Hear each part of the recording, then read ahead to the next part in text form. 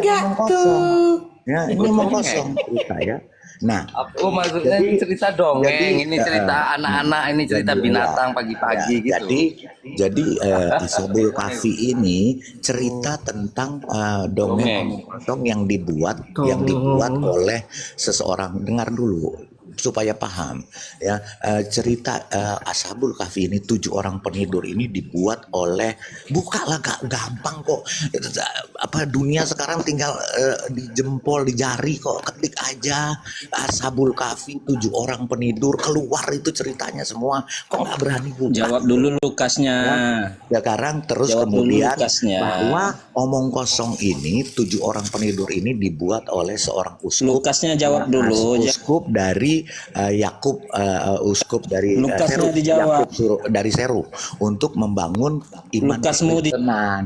Ketika di Efesus terjadi persekusi, ketika Rasul Paulus memberitakan firman Tuhan. Jawab dulu, Rawa-Rawa. Makanya orang-orang Romawi mempersekusi orang-orang Kristen, termasuk 7 orang pemuda ini yang harus dibunuh. Makanya mereka begitu masuk ke dalam goa dikubur hidup-hidup di situ oleh Raja Decius di Efesus.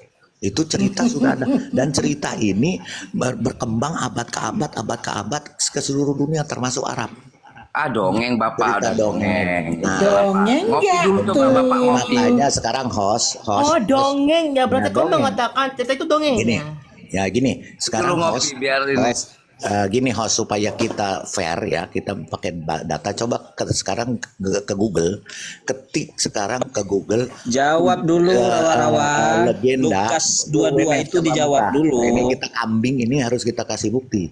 Ya, ketik di situ di Google, Bu, 7 legenda Seven Sleepers.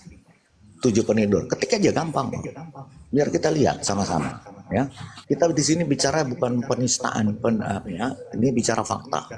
Jadi omong kosong Quran. Rawa-Rawa jawab dulu, yang ditanya lain, yang dijawab lain. Kalau SWT ini dungu dan lingu. Rawa-Rawa. Lihat ya, coba kita lihat. Dongeng, alah.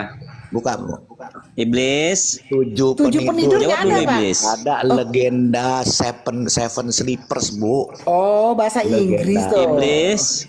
Seven Sleepers atau 7 penidur. Legenda. Iblis, tolong dijawab Biar kita dulu buka. Lukasnya itu.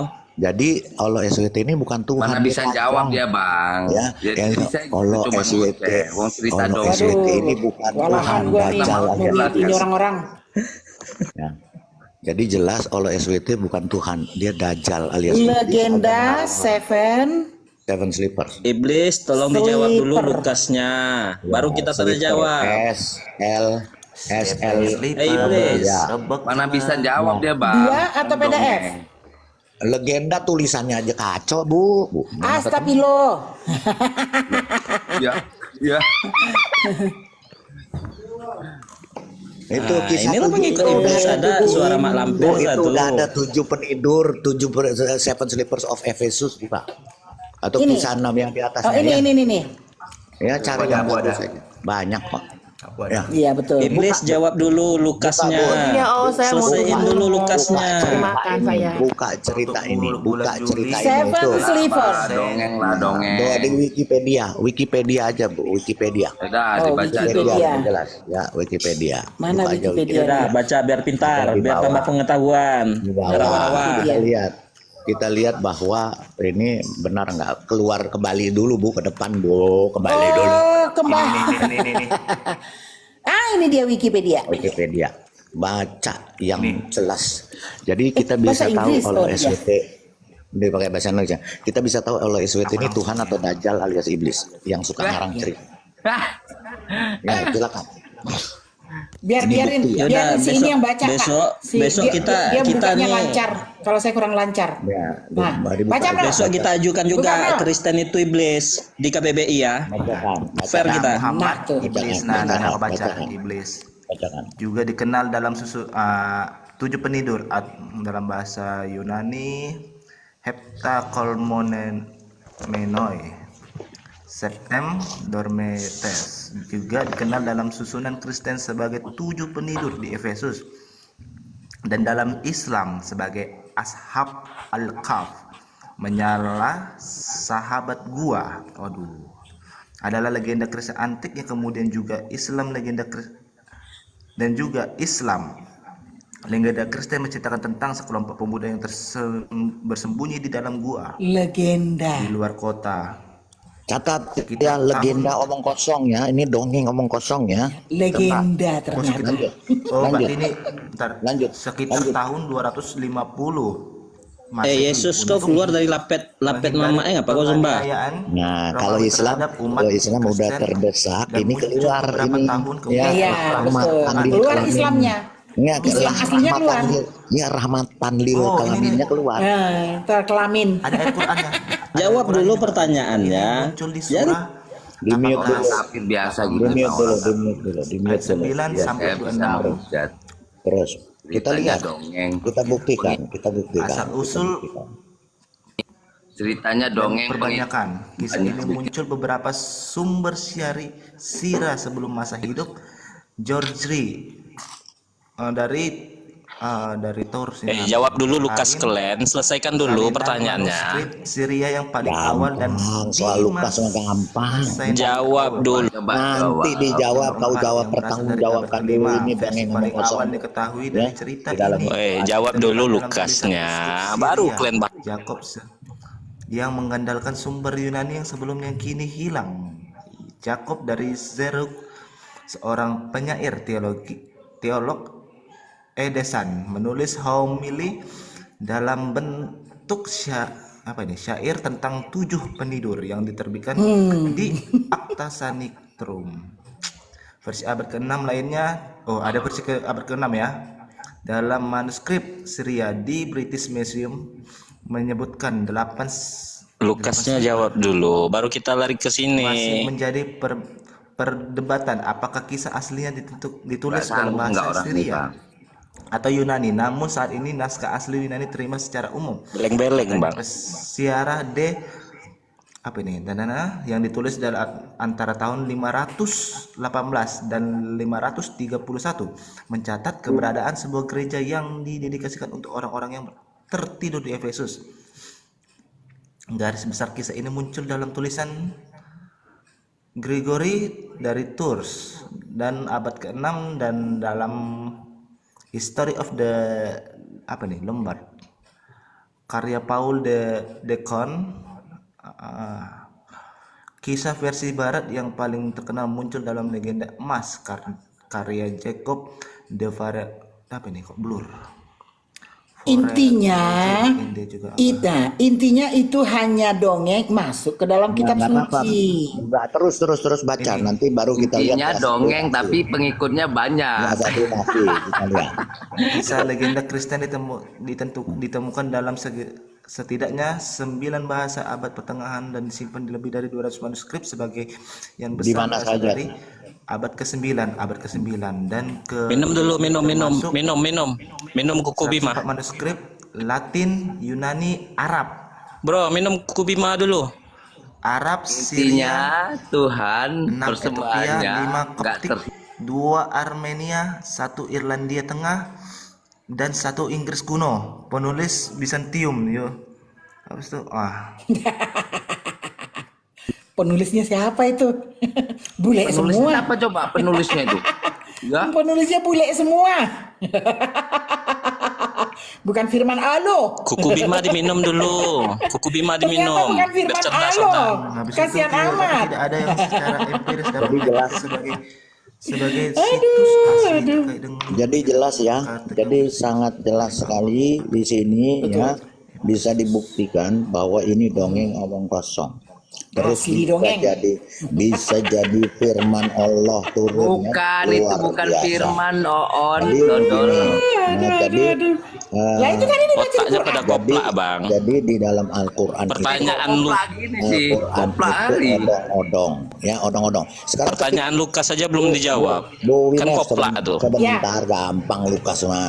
Sekarang Iya ketik lagi gampang, itu tenang aja. Gampang jawab dulu, bego, beleng-beleng. di sana kau Koplak. yang beleng-beleng tahu, ini kau yang beleng-beleng. Jawab dulu beleng-beleng. Jadi Kalau ini, gampang. Bu Wines sekarang ketik di situ 3 pertanyaan untuk Muhammad.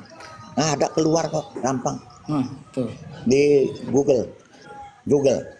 Jawab dulu beleng-beleng. Tiga Tadi ini pertanyaan. Firman. Lukasnya mana? Dijawab dulu kalau di itu di Google. jawab dulu kalau enteng, beleng-beleng. Di Google buka. Beleng-beleng tiga apa sih? pertanyaan. Beleng-beleng. Beleng-beleng Bukan kepalanya dijawab dia beleng-beleng itu. Biar selesai dulu bos, biar selesai dulu. Sama, biar selesai dulu dong. Iya. Jangan kepanasan. Gimana mau selesaiin jawaban tadi aja belum dijawab? Bu, Dari di tadi Google, selesai Bu, nggak buka, dijawab. Bu, Google buka 3 pertanyaan kepada Muhammad. Nah, ini beleng-beleng Muhammad dikatakan sama Allah beleng ini. Ntar dulu ya, Al-Hijj ayat 6. Muhammad dikata gila, ini dibilang lebih parah lagi gila. Bu, Wahai mereka, wahai orang yang Ini, Iya, Pak. Iya, Pak. ini yang di Komal besar siapa? Komal besar coba tolong buka. benar-benar orang Si, gila. saya nggak tahu namanya siapa ini. Coba buka. Manggilnya apa kamu yang di Komal besar ini? Coba Winef, Benyamin, Bu Winef. Benyamin. Coba besarkan dulu Bu Winef. Kita buka 3 pertanyaan buat Muhammad. Tolong Bu Winef, coba di Komal besar. Tolong host di Komal besar coba. Iya. Ya. Tolong buka di Komal besar. Di Komal besar. Silakan. Ada. Iya. Ada orang yang minta daun kelor, Pak. Coba Oke, tolong sebentar. buka di Komal besar 3 pertanyaan untuk Muhammad. Biar kita 3 biar pertanyaan runut, untuk Muhammad. biar runut ceritanya ini loh. Jangan Satu tayang-tayang. pertanyaan aja Bang. Udah Lukas, jawab Bang. dulu. Jelaskan di Lukasnya Bang. itu, Satu jelaskan pertanyaan dulu doang. Lukas itu, bro. 3 pertanyaan untuk Muhammad. Jangan banyak-banyak, satu pertanyaan aja Lukas dijelaskan. Gampang itu. Beleng-beleng. Kalian beleng-beleng.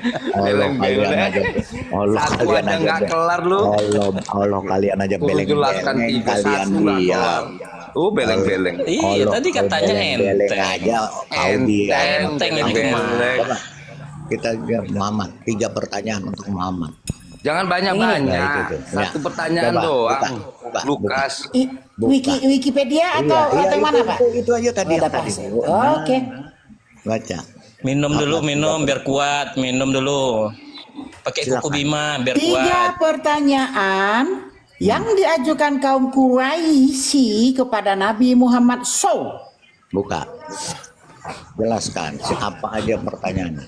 Ini panjang sekali nih, apa cara membuangnya ini gimana, Pak? Dia bertanya, dia yang menjawab. Ah, memang penyesat. Baca, Bu. 3 pertanyaan buat Muhammad. Ketika Nabi Muhammad menyampaikan kepada kaumnya, orang-orang suku Quraisy, tentang risalah kenabiannya, banyak yang tidak percaya dengan ucapan Muhammad, termasuk paman Muhammad sendiri. Sebagian besar orang suku Quraisy tidak percaya karena Muhammad dianggap memecah belah suku Quraisy yang pada mulanya menyembah berhala. Pemimpin suku Quraisy akhirnya Pengikut memutuskan iblis, jelaskan Muhammad Lukas dengan dulu. 3 pertanyaan yang diperoleh dari pemuka Pengikut agama iblis, Yahudi. jawab dulu. Kisah ini, siapa sih itu, moderator di coba sini? jawab dulu.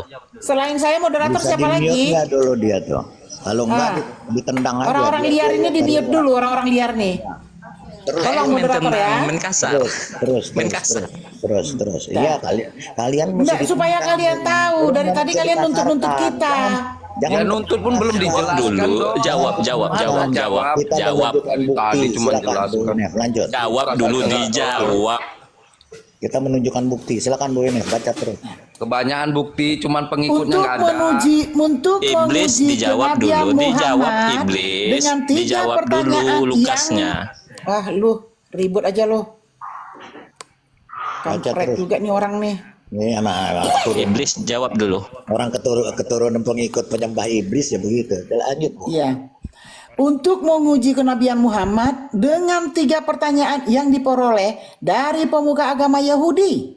Kisah ini disebutkan oleh Abu Bakar Siraj al-Din dalam karyanya yang berjudul Muhammad.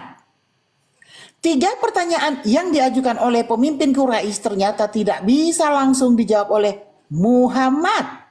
Hal ini justru semakin menguatkan bahwa segala hal yang disampaikan oleh Muhammad bersumber dari wahyu Allah. Astaga, padahal tadi udah dibacakan itu dongeng. Bukan karangan Muhammad pribadi. Terus? Muhammad mengatakan itu padahal dongeng. Ya. Muhammad hanya berkata kepada pemimpin Quraisy tersebut bahwa keesokan hari beliau akan menjawabnya tanpa mengucapkan insya Allah. Hingga 15 hari Muhammad tak kunjung ditemui oleh malaikat Jibril sebagai penyampai wahyu dari Allah. Hal ini membuat Muhammad sedih dan diejek oleh orang-orang kafir. Dan tidak lama setelah itu, hal yang diharapkan akhirnya datang.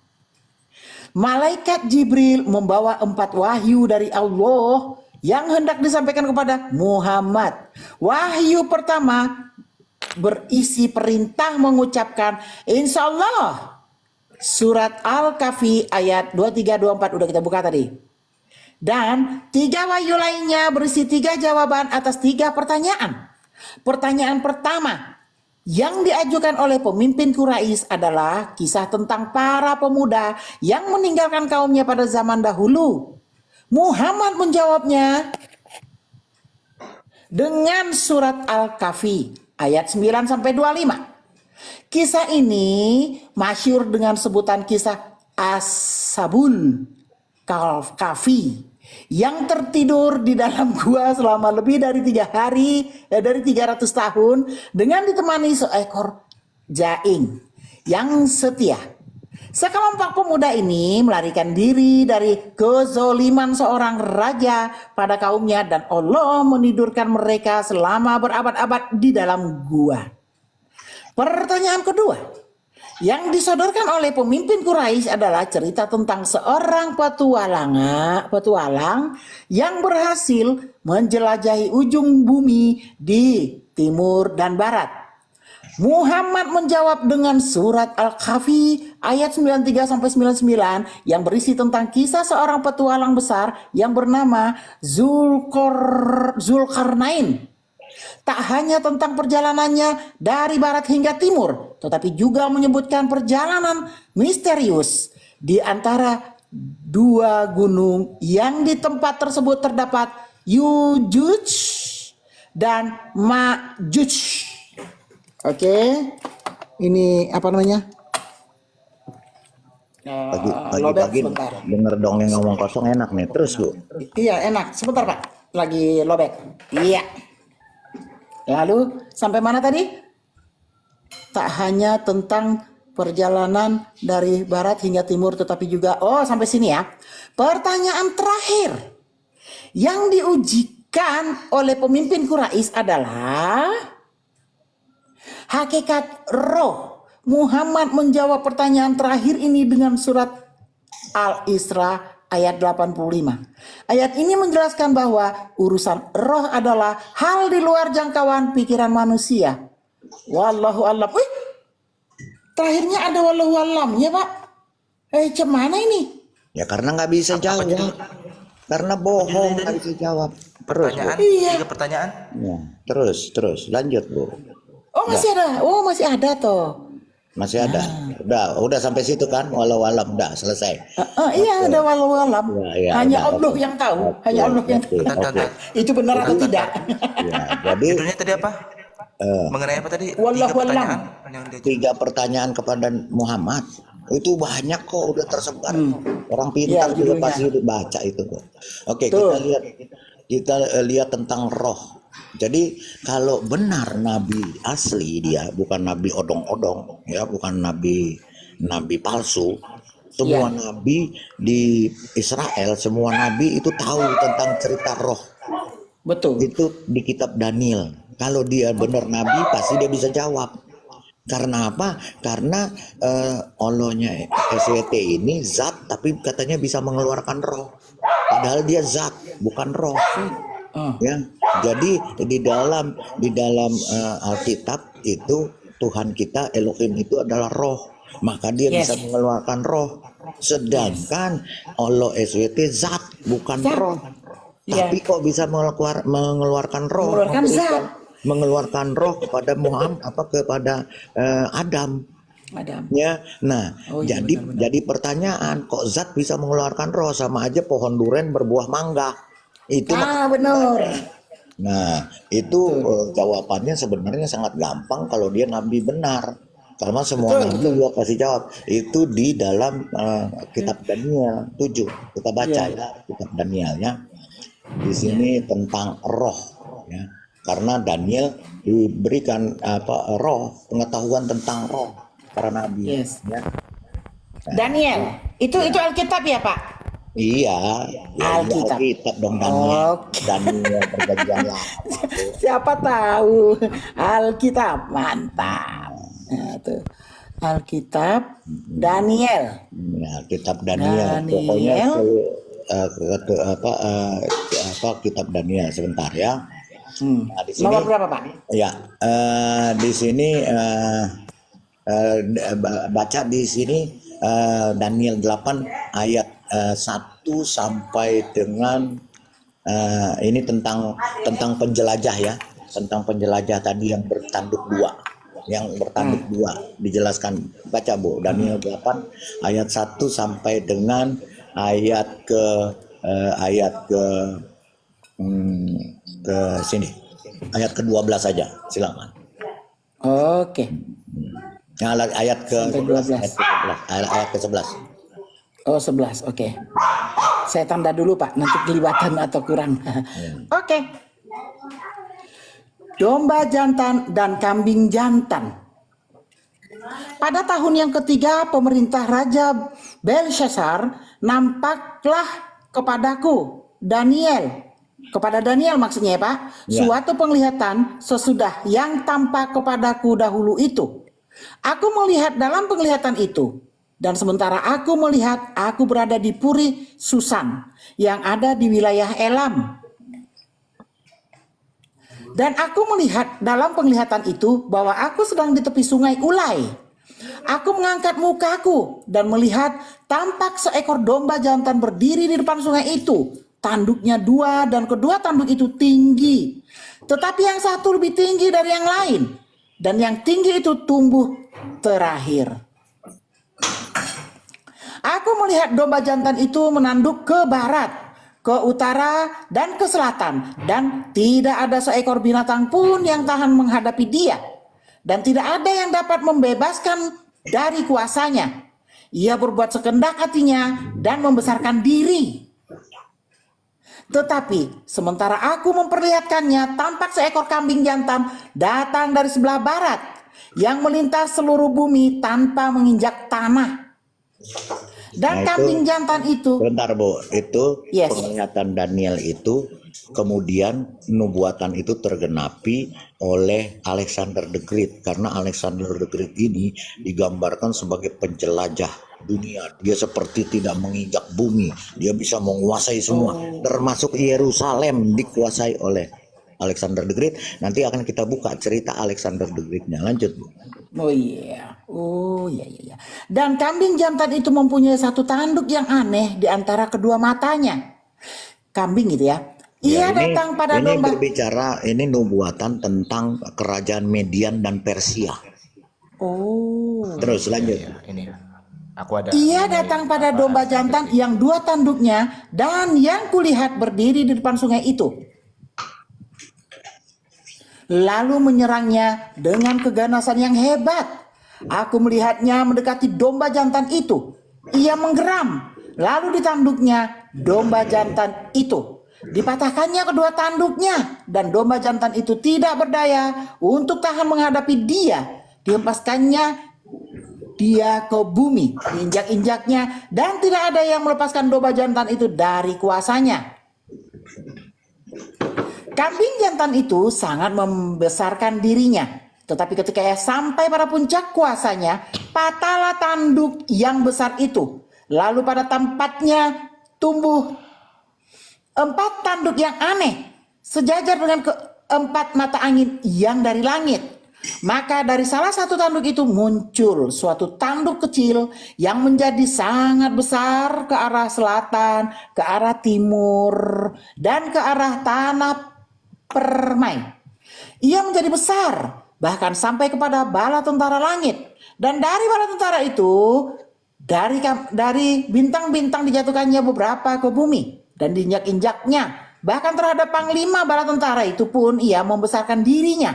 Dan daripadanya diambilnya korban persembahan sehari-hari dan tempatnya yang kudus dirobohkannya. Ya, jadi ini cerita tentang nubuatan Daniel tentang Median dan Persia yang nanti menguasai Yerusalem.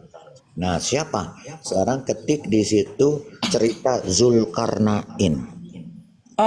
Di Google. Google. Oke. Siapa Zulkarnain?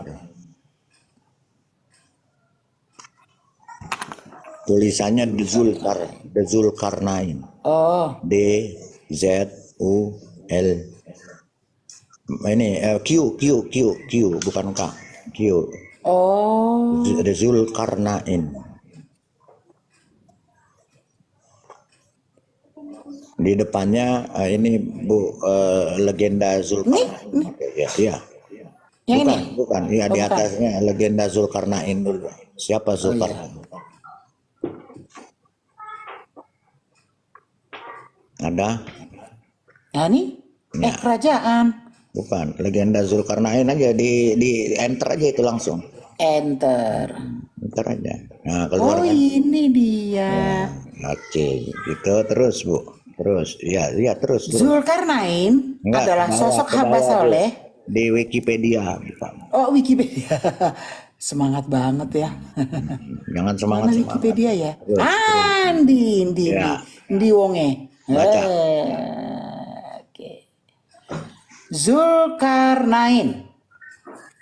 Oke. Yang ini ya, Pak? Ya. Ini ya? Ya, baca aja, Bu. Oke. Zulkarnain adalah seorang tokoh dalam Quran. Dia juga disebutkan dalam berbagai hikayat dan legenda rakyat. Kisah Zulkarnain biasanya berpusat pada masalah pembangunan dinding yang menghalangi jalan masuk Yajuj dan Majuj dan pengembaraannya ke berbagai belahan dunia. Beberapa penafsir dan sejarawan muslim telah berusaha mengidentifikasi jati diri Zulkarnain dengan beberapa tokoh sejarah.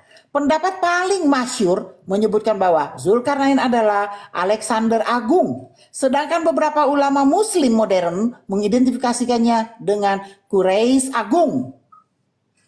Agung, ataupun Sargon Agung, seorang raja Akkadias kuno yang menguasai Mesopotamia kuno, meliputi sungai Efrat dan sungai Tigris. Oh, di itu dong, Firdaus. Persia. Yang sezaman dengan Nabi Ibrahim. Persia, Bu, yang sekarang Irak. Oh, iya. Iran sejaman. Irak tuh Persia, Bu. Oh, Iran. Makanya nanti akan antikris dan setan dajjal itu keluarnya dari situ. Lanjut. Oh, iya.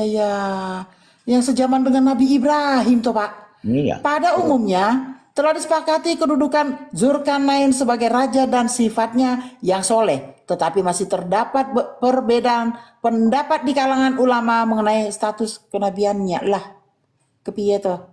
Wis, entek, Pak. Iya. Jadi Zulkarnain itu Alexander the Great. Sekarang buka Alexander the Great siapa? Oh, Alexander the Ini Great. ada kisahnya Mana nih. dia? Aku punya ini. Nah, silakan. Buka aja. Mali itu homo bukan? Homo. Iya, homo, LGBT, raja LGBT. Oh. Dan matinya karena penyakit kelamin yang sangat berbahaya. Zulkarnain dan Alexander Romance. Baca. Alexander Romance ya. Iya, itu jadi nabi loh. Kisah Zulkarnain. Itu nabinya Al-Qur'an loh. Jangan dihina loh. Itu nabinya Al-Qur'an. Iya. Secara harfiah Zulkarnain ini ya, Zulkarnain yang secara harfiah yang bertanduk dua juga ditransliterasikan menjadi Zulkarnain atau Zulkarnain. Ditemukan dalam surah 18 Al-Quran Al-Kahf. Meskipun namanya tidak pernah disebutkan secara eksplisit, ceritanya jelas didasarkan pada kisah legendaris Alexander Agung selama berabad-abad. Sebagian besar sejarawan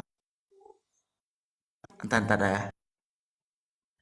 Kita biasakan di sini berbicara pakai data sejarah ya. Jangan asal modal congor kayak kambing. Betul Pak, betul. Nah ini data ya, kita ngebacain loh. Ternyata Zulkarnain, siapa tadi itu? Adalah Ternyata mereka begini. Sirus. Enggak, entar ini Zulkarnain adalah tokoh lain seperti Zirus Agung. Hanya memiliki sedikit bukti yang mendukung teori berbanding dengan banyak bukti bahwa cerita tersebut sebenarnya didasarkan pada versi legendaris Alexander dalam kisah Al-Quran. Sebenarnya sangat mirip dengan legenda Syria abad pertengahan tentang Alexander. Kedua narasi tersebut menggambarkan dia sebagai raja beriman yang berkeliling dunia dan membangun penghalang besi dan menahan suku Yajus dan Majuj hingga hari penghakiman.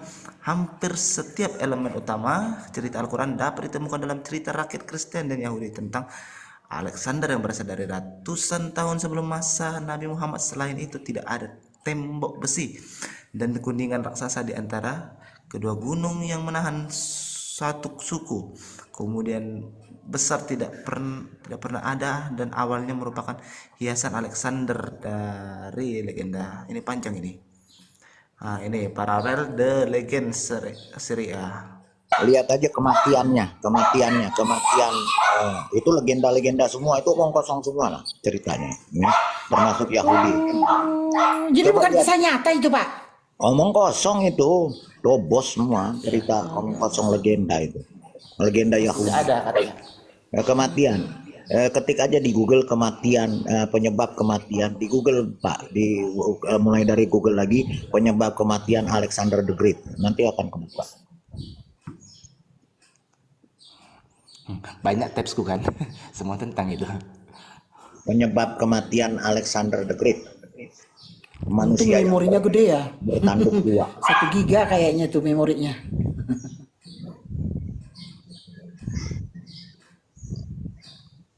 Ketik aja penyebab kematian Alexander the Great. Nah itu dia. Gimana deket? Gampang kok sekarang, tinggal ketik aja, ada buktinya semua. Iya betul. Tulisannya biasa aja kali bro. Tulisannya kan pakai tulisan gitu, bingung bacanya. Meninggal dengan apa tuh misterius tuh. Baca aja tuh, ya itu penyebabnya apa? Indonesia negara Indonesia, jangan pakai Indonesia lah, nggak percaya. Silakan ya, Wikipedia aja ya. Oke, terus ya baca. Penyakit apa yang menghinggapi dia? Astagfirullah. Kematian Alexander Agung dan peristiwa terkait selanjutnya telah menjadi bahan perdebatan menurut buku harian astronomi Babilonia. Alexander meninggal di istana Nebukadnezar. Aduh, di Babilonia antara malam tanggal 10 Juni dan malam tanggal 11 Juni 323 sebelum Masehi pada usia 32 tahun. Warga Makedonia dan apa nih? Penduduk setempat menangis mendengar berita kematian tersebut. Sementara rakyat Achaemenid terpaksa mencukur rambut mereka. Ibu Darius III, Sis Gambis, setelah mengetahui kematian Alexander menjadi depresi, kemudian bunuh diri. Nggak ada dikasih tahu latar belakang. Penyebab. Itu penyebab tuh. Menurut catatan sejarah, tubuh Alexander mulai membusuk 6 hari setelah kematiannya. Penyebab kematian Alexander antara lain penyakit hati, alkoholik, demam, keracunan sitrin. Namun hanya sedikit data yang mendukung versi tersebut. Menurut laporan Fakultas Kedokteran Universitas Maryland tahun 1998, Alexander kemudian meninggal karena demam tifoid yang bernama dengan malaria. Seminggu sebelum kematiannya, catatan sejarah menyebut menggigil, berkeringat, kelelahan, demam, ginjal, penyakit menular, termasuk demam tifoid. Menurut David W. dari Pusat Medis Universitas Maryland, Alexander juga menderita sakit perut yang parah menyebabkan dia. Kisah terkait bagaimanapun berasal dari Alexander romance yang tidak dapat diandalkan menurut Andrew. Ini berarti tidak bisa diandalkan ini ya. Dari pemula lainnya berpendapat bahwa Alexander meninggal karena malaria. Ini malaria juga tidak bisa. penyakit kelamin. meninggal karena marah. Dia yang pasti Selain penyakit. tawa, bisa ada jurnal oleh Sekretaris Alexander Eumenes dari Cardia. Cook juga menunjukkan dalam sebuah makalah di Buletin Sejarah Kuno bahwa menyatakan bahwa Alexander tidak lagi mendapat istirahat dari demamnya di tengah penyakit fatal. Bukti demam pada awalnya merupakan kurva demam nggak ada selama waktu nggak ada di pelaku tersebut. Salah satu istri para penderita penyakit cangkrik tentang kematian dan perjanjian Alexander mencoba mendiskredit keluarga Antipatros. Dikatakan bahwa tersebut disusun lingkungan Polyperkon bukan sebelum apa ini. Ya, sekarang begini aja, gini, ketik aja. Apakah Alexander the Great LGBT? Gitu aja. Antar dibantah dan beracun dapat. Ntar loh, Alexander medis keracunan. Di sini keracunan ya. Itu masih dibantah semua itu tentang kemungkinan itu. Tapi dia sendiri yang Tadi nggak ada, tahu. iya. Tadi ada sini. Penyebab kematian Tap teman-teman, tap ya, tap. merupakan demam sebab kemungkinan penyebab kematian Alexander versi dianggap cukup meyakinkan oleh ahli Universitas Rhode Island Thomas Metz yang ditetapkan mencatat bahwa virus West Nile cenderung membunuh orang West Nile ini lanjut usia atau mereka yang memiliki sistem kekebalan lemah. Ini ciri-ciri HIV juga ini versi rumah sakit Universitas Indonesia beberapa manusia sama penyebab lainnya yang dikemukakan masih adalah ini ya penyebab lain Karena kehilangan kekebalan tubuhnya. Nah itu sama dengan apa itu? ada mengusulkan HIV. dalam daftar gejala dan perjalanan penyakit influenza, malaria, psikrosomia dan keracunan pada khususnya. Ini masih sama. Malaria tadi berarti udah tolak di atas ya. Malaria tadi berarti nggak masuk. Bahwa di sini memiliki kelainan struktur leher. Apalagi struktur leher dengan sindrom Klippel-Feil, kelainan menderita kompresi sistem tulang belakang yang progresif yang membuatnya lumpuh. Namun hipotesis ini tidak dapat dibuktikan. Tidak dapat dibuktikan. Beberapa orang berspekulasi bahwa ia menderita sindrom Guillain yang menyebabkan demam tifoid.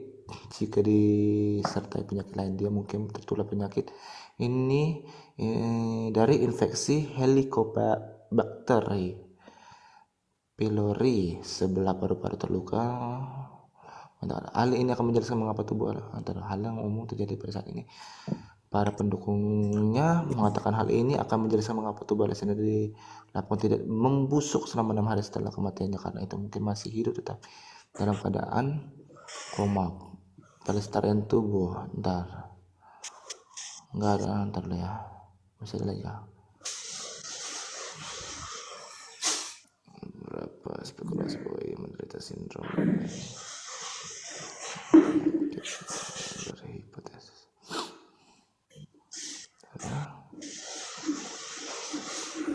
dari namanya Alexander the Roman sudah nggak apa lagi nih, udah menandakan kalau dia LGBT. Alexander apakah Ketik aja gini Pak, Alexander the Great, itu aja. Alexander the Great, nanti keluar tuh yang ininya dari Makedonia. Alexander the Great aja, pakai bahasa Inggris aja Pak.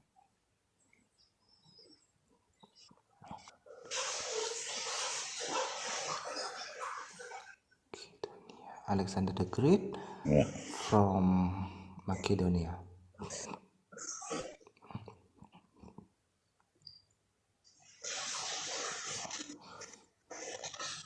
Wikipedia Alexander the Great itu dijelaskan. Ini Wikipedia. Oke, kita ubah ke bahasa Indonesia dulu ya. Ya, bahasa Indonesia. Ini bahasa Inggris ini lebih terpercaya ini. Iya, daripada punya Indonesia. Lebih apa? Filipina naik tahta pada tahun besar. Tahun satu kerajaan terbesar. Kematiannya kenapa ini ya? Apa sih ini? Baterai 9%. Apa nih? Kok kayak gini nih? Hingga usia nama dibimbing oleh Aristoteles, dibimbing oleh pada tahun 309 sebelum Masehi. Tak lama setelah itu diangkat menjadi raja atas Makedonia, berkampanye di Balkan, terus kembali ke daerah atas stres. Ini sejarah apanya ya? Dengan kematiannya menandai, entar dulu. Ini ada menginvasi kekaisaran Persia, Achaemenid, dan memulai serangkaian kampanye yang berlangsung. Kekuasaan Achaemenid Persia dalam serangkaian pertempuran yang menentukan, termasuk pertempuran Aizu dan Gaugamela yang kemungkinan menggulingkan Darius. Setelah jatuhnya Persia, kekaisaran bla bla bla ujung dunia laut pada pertempuran karena permintaan pasukannya. Pak, maaf Pak, ini suaranya kecil banget loh. Ini di bawah tuh pada ngomong tuh nggak kedengeran. Dengan kematiannya menandai dimulainya periode Helenistik. Warisan Alexander mencakup difusi budaya sinkretisme yang dihasilkan oleh penakluknya seperti Buddha, Yunani, dan Judaism Helenistik. Ia mendirikan lebih dari 20 kota, dengan yang paling menonjol adalah kota Alexandria di Mesir. Di permukiman Alexander, di penjajahan Yunani dan penyebaran budaya Yunani menyebabkan dominasi besar peradaban Helenistik dan pengaruhnya hingga ke anak benua India. Periode Helenistik berkembang melalui kekaisaran Romawi menjadi kebudayaan Barat modern. Bahasa Yunani menjadi lingua franca di wilayah tersebut dan merupakan bahasa utama kekaisaran Bizantium hingga keruntuhannya pada pertengahan abad ke-15 Masehi. Alexander menjadi legenda sebagai pahlawan klasik dalam bentuk Achilles, menunjuk dalam tradisi sejarah dalam bentuk budaya Yunani, bla bla.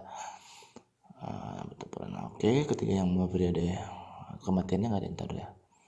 Masa muda, pewaris, kematian, dan suksesi. Sebelum kematiannya, seorang bertanya kepada Alexander tentang siapa yang menulisnya jika dia meninggal. Pada tanggal 10 Alexander meninggal di istana Nebukadnezar di Babilonia pada usia 32 tahun. Ada dua versi mengenai kematian Alexander dengan rincian sedikit berbeda. Catatan Plutarch menyebutkan bahwa kira-kira 14 hari sebelum kematiannya Alexander menjamu Laksamana Nerus dan menghabiskan malam dan keesokan harinya minum bersama Medius dari Larissa. Alexander terserang demam yang semakin parah sehingga ia tidak dapat berbicara.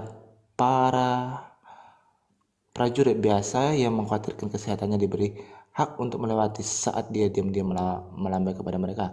Dalam kisah kedua, Diodorus menceritakan bahwa Alexander dilanda rasa sakit setelah menegak semangkuk besar anggur yang tidak dicampur dengan untuk menghormati Herakles,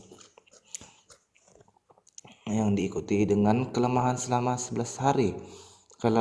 Kelemahan selama 11 hari. Dia tidak terserang demam, malah meninggal setelah beberapa kali menderita. Arian juga menyebut ini sebagai alternatif, namun Plutarch secara khusus membantah klaim ini mengingat kecenderungan aristokrasi Makedonia terhadap pembunuhan kecurangan ditampilkan dalam berbagai catatan kematiannya. Diodorus, Plutarch, Arian, dan Justin Semuanya menyebutkan teori bahwa Alexander diracun. Justin menyatakan bahwa Alexander adalah korban konspirasi peracunan Plutarch, menganggapnya sebagai rekayasa sementara. Diodorus dan Arian mencatat bahwa mereka menyebutnya hanya demikian kelengkapan. Namun catatan tersebut cukup konsisten dalam menunjukkan Antipater yang baru-baru ini dicopot dari jabatannya. Raja muda Makedonia digantikan oleh Craterus sebagai pemimpin komplotan yang dituduh mungkin menganggap panggilannya ke Babel sebagai hukuman mati, dan setelah melihat nasib panjang kali ini, ntar loh.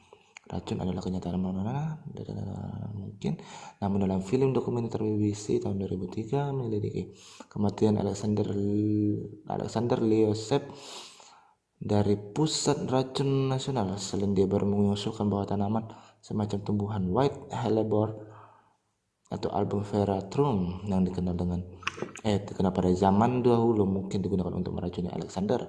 Dalam manuskrip tahun 2014 di jurnal Clinical Toxicology, Sepp menyarankan anggur Alexander dibubuhi album veratrum.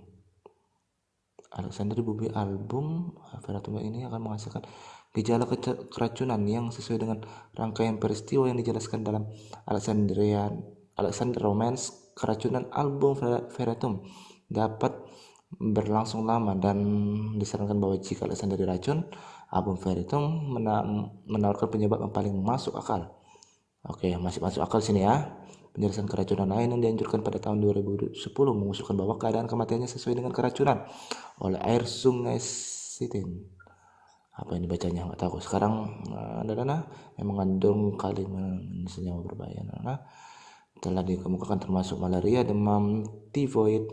Sebuah artikel tahun malaria tadi sudah ditolak, mungkin kematiannya dengan demam tifoid.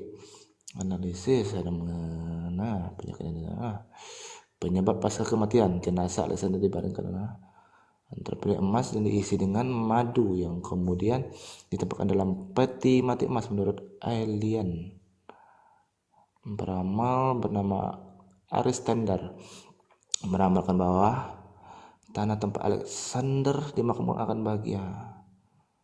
Aduh, mana nih? Alexander dan mengubah hasil menjadi koin peramuan. Saya kira udah terlalu jauh itu, Pak. Sudah poinnya kita dapat tadi kok, bahwa Zulkarnain itu adalah Alexander Agung, kan itu intinya di situ. Ya ada saya punya ininya sih literaturnya bahwa dia itu terkena penyakit kelamin yang parah ya. Akhirnya ada spekulasi bahwa dia diracun begini padahal tidak, dia yang mengatakan sendiri pada waktu itu. Ada literaturnya. Cuman di sini memang saya mesti buka di ini saya. Karena itu dari luar, kalau kita pakai server sini nggak akan keluar. Pakai server luar. Ya intinya itu ya. Jadi oke, nanti saya akan tunjukkan. Nah, intinya adalah Alexander the Great ini yang adalah Nabi Zulkarnain dalam Al-Quran. Nah, kemudian pertanyaan tadi tentang roh itu tertulis di surah apa tadi? Surah An-Nisa. Al-Isra, Pak. Al-Isra 85. Isra. Di situ dikatakan mengenai roh, aku hanya diberikan pengetahuan melainkan sedikit. Nah, di situ dia udah nggak bisa jawab. Dan akhirnya di situ diputuskan, makanya orang Quraisy menentang keras dia karena dia sudah tahu bahwa Muhammad adalah nabi palsu. Nah, ditambah lagi Muhammad ini dia dibesarkan di Arab di tengah-tengah para sekte-sekte sesat yang dibuang ke sana. Ya, sekte-sekte sesat itu adalah sekte Nasrani, ya, kemudian Arianisme, terus Markionisme, Yakubiyah, Mulkania. Ini sekte-sekte sesat yang mengatakan bahwa Tuhan tiga. Mereka paham triteisme. Makanya di dalam Quran ada tuduhan kepada orang Kristen, orang Nasrani bahwa Tuhannya 3. Lakot kafaro inallah salisu salasa. Ya, kafirlah orang yang mengatakan Tuhan itu 3. Nah, Muhammad ini dibesarkan oleh sekte-sekte sesat yang paling bahaya, yang paling berbahaya manusia sesat itu Warakah bin Nawfal. Dia adalah rajanya sekte sesat. Makanya baca di Kisah Para Rasul 24 ayat 6. Coba buka. Siapa Nasrani itu? Itulah Warakah bin Nawfal. Dia kepala sekte Nasrani. Makanya dia dibuang ke sana dan buta oleh orang-orang Yahudi. Coba Bu, buka Kisah Para Rasul 24 ayat 6. Bu Winef ambil alih aja Bu Winef, soalnya pada nggak kedengeran itu.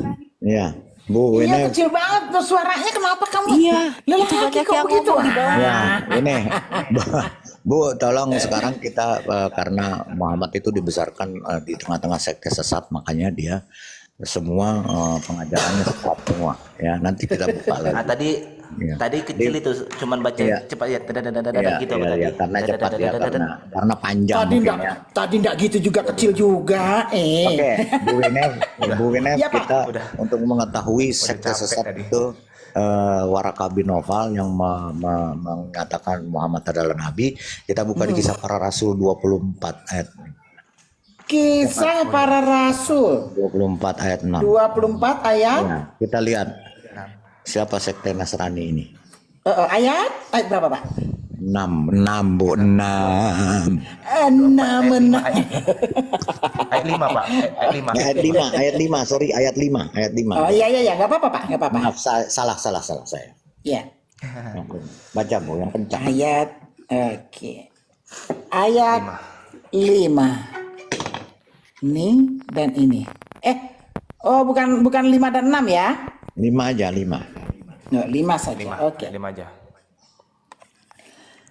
Telah nyata kepada kami bahwa orang ini adalah penyakit sampar, seorang yang menimbulkan kekacauan di antara semua orang Yahudi di seluruh dunia yang beradab, dan bahwa ia adalah seorang tokoh dari sekte orang Nasrani. Nah, Iya. jadi Oke, baik. Aku akan kasih perbandingan juga kepada Quran hadis ada di sini di itu, surah Pak, Al-Baqarah 3 iya. mengenai bahwa si pamannya siapa namanya? Khadijah. Khadijah adalah namanya Khadijah. dari sekte Nasrani. Ya. Dia yang kepalanya sekte Nasrani yang paling jahat.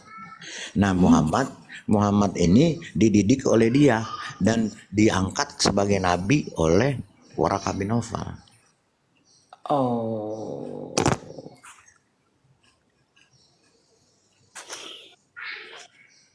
Itu ceritanya ada. Itu diceritain mereka sendiri. Khadijah kemudian mengajak, ntar aku ambil pensil ya. Khadijah kemudian mengajak beliau untuk bertemu dengan Warakah bin Nawfal bin Azan bin putra paman Khadijah yang beragama Nasrani. Ya. Ya, jadi jelas bahwa Warakah bin Nawfal ini bentuknya sekte sesat. Makanya di dalam Qur'annya itu berisi cerita dari kitab-kitab sampah apokrifa yang diambil oleh Warakah bin Nawfal. Yaitu cerita tentang Yesus Maria melahirkan Yesus di bawah pohon korma. Itu cerita sampah. Iya. Kemudian cerita di dalam Quran Yesus berbicara dalam buayan. Itu cerita sampah. Itu ada buktinya. Itu semua kitab-kitab sampah ini tersimpan di Museum Gnostik di Mesir. Kebetulan saya sudah ke sana, saya sudah lihat. Ntar Pak, Buku-buku itu. orang Islam kebanyakan rata-rata takut dengan hadis karena ini. Iya. Mereka yang ditakuti Islam justru Qur'annya sendiri. Karena Qur'annya sendiri yang akan berbicara membongkar kebohongannya mereka. Iya, betul. Makanya kalau disuruh baca nggak mau. Ya, takut mereka. Apalagi berbicara tentang sejarahnya. Wow, itu paling mengerikan bagi mereka. Iya, sejarah. Makanya mereka cuman bisa orang Kristen ini nggak pakai akal, orang Kristen ini oh bla bla bla bla bla bla bla bla bla bla kayak kambing tadi. Kasihan ya. Tapi mereka tidak pernah bisa menunjukkan bukti seperti kita ini bukti. Dan saya masih punya bukti semuanya. Saya punya ada Injil Barnabas, saya punya Injil Barnabasnya.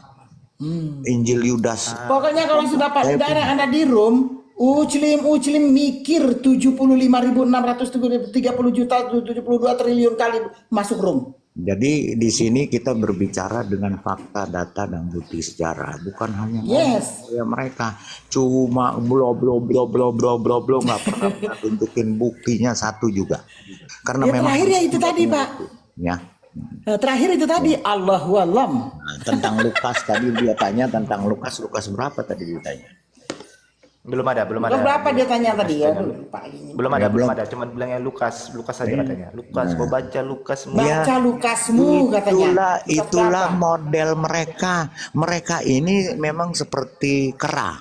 Yang kalau satu bilang jadi dia dengar penipu-penipu itu mualaf gitu. Oh Lukas begini, Lukas begitu. Mereka ikutin terus. Padahal mereka nggak tahu. Nggak tahu. Iya betul. Kayak kaset rusak, deh. Mutar Pak terus. Pak Wawa, tahu lagunya apa? Sunggokong, Kerasakti. Iya. Oh, itu sesuai dengan Pak Muhammadnya. Iya, betul. Kerasakti. Iya, gitu. Jadi nyata sudah. Berarti Kita nggak usah jauh-jauh. Sesuka hati katanya. Kita nggak usah jauh-jauh ke cerita yang lain ya tentang Isa lahir di bawah pohon korma, Isa berbicara dalam buayan, Isa nggak usah. Ashabul Kahfi aja mereka nggak bisa jawab. Nabinya sendiri nggak mampu jawab. Tuhannya sendiri linglung. Coba. Allahnya dia menceritakannya bingung. Iya, apakah itu ujung-ujungnya Allah alam. Itu maha kuasa. Makanya karena mereka comot-comot cerita ini. Gitu loh. Ya. Itu. Makanya kalau saya diskusi sama mereka cuma itu aja saya tanya. Coba kau jelaskan, itu aja muternya 2 tahun. Nggak bisa mereka jelaskan. Dari 3 pertanyaan kepada Muhammad itu pun keok sudah situ ya. Keok semua. Satu juga. Kalau mungkin kalau ceritanya kalau dia bisa jawab tentang roh, itu dia jawab dari kitab Daniel, orang Yahudi percaya bahwa dia nabi. Ternyata omong kosong semua. Dia nggak tahu sama sekali. Karena nabi-nabi Israel itu semua tahu tentang cerita roh. Dan semua nabi-nabi di perjanjian lama dan rasul di perjanjian baru itu berbicara tentang roh. Makanya dikatakan oleh Rasul Paulus Yesus mengatakan bahwa berdoalah dalam dalam roh dan kebenaran. Roh, karena Tuhan kita roh. Makanya karena dia roh, dia bisa memberikan roh, menghembuskan roh kehidupan kepada manusia. Dan ketika kita mati, roh itu kembali kepada dia yang punya roh. Tapi kalau Islam sekarang ditanya, kalau kalian mati, roh kalian kemana? Ada gudangnya, gudang roh bekas. Karena roh diciptakan. Iya, kalau walau alam. Karena Allahnya bukan roh, zat. Nggak mungkin zat bisa mengeluarkan roh. Sama saja pohon duren berbuah mangga. Nggak akan mungkin. Pohon duren pasti berbuah duren. Makanya Elohim kita, YHWH, Allah kita yang menuzulkan firman-Nya dalam Trinitas dan firman-Nya menjadi manusia, yaitu Yesus Kristus, Yeshua HaMashiach, itu dia roh. Makanya dia punya Roh Kudus. Makanya Yesus mengatakan, aku harus pergi supaya Parakletos itu, roh penghibur itu akan mendampingi kita sampai akhir zaman. Makanya di dalam orang Kristen itu ada Roh Kudus berdiam di dalam kita. Karena Tuhan kita roh. Ketika kita mati, roh kita kemana? Bukan menggentayangan kemana-mana, roh kita kembali kepada Bapa. Nggak akan bisa kemana-mana. karena dia yang mempunyainya. Makanya Yesus juga mengatakan ketika disalib, Eli Eli lama sabachthani, aku menyerahkan rohku atau nyawaku. Sebenarnya roh bukan nyawa. Menyerahkan rohku kepadamu. Dan semua sudah selesai. Karena Yesus mengatakan, aku berhak untuk menyerahkan rohku dan berhak mengambil kembali. Makanya ketika dia disalibkan, dia serahkan rohnya kepada Bapa. Dan pada hari yang ketiga, diambil lagi rohnya. Karena apa? Karena dia pemilik roh itu. Nggak ada yang bisa bunuh Yesus. Kecuali dia menyerahkan nyawanya. Baca di Alkitab semua. Jadi Al-Quran fix kitab odong-odong. Isinya omong kosong semua. Tuhan Yesus Oke, memberkati. kita putarkan lagi lagunya itu. Labakala laba-raba.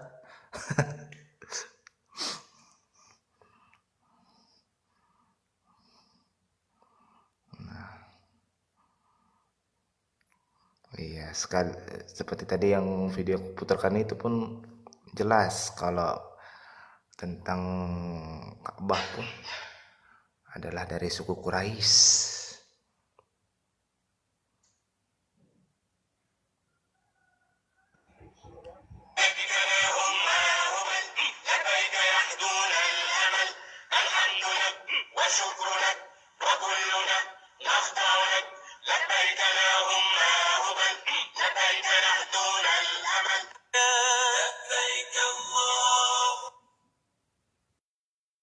Jadi begini, jadi Muhammad ini menciptakan agama barunya.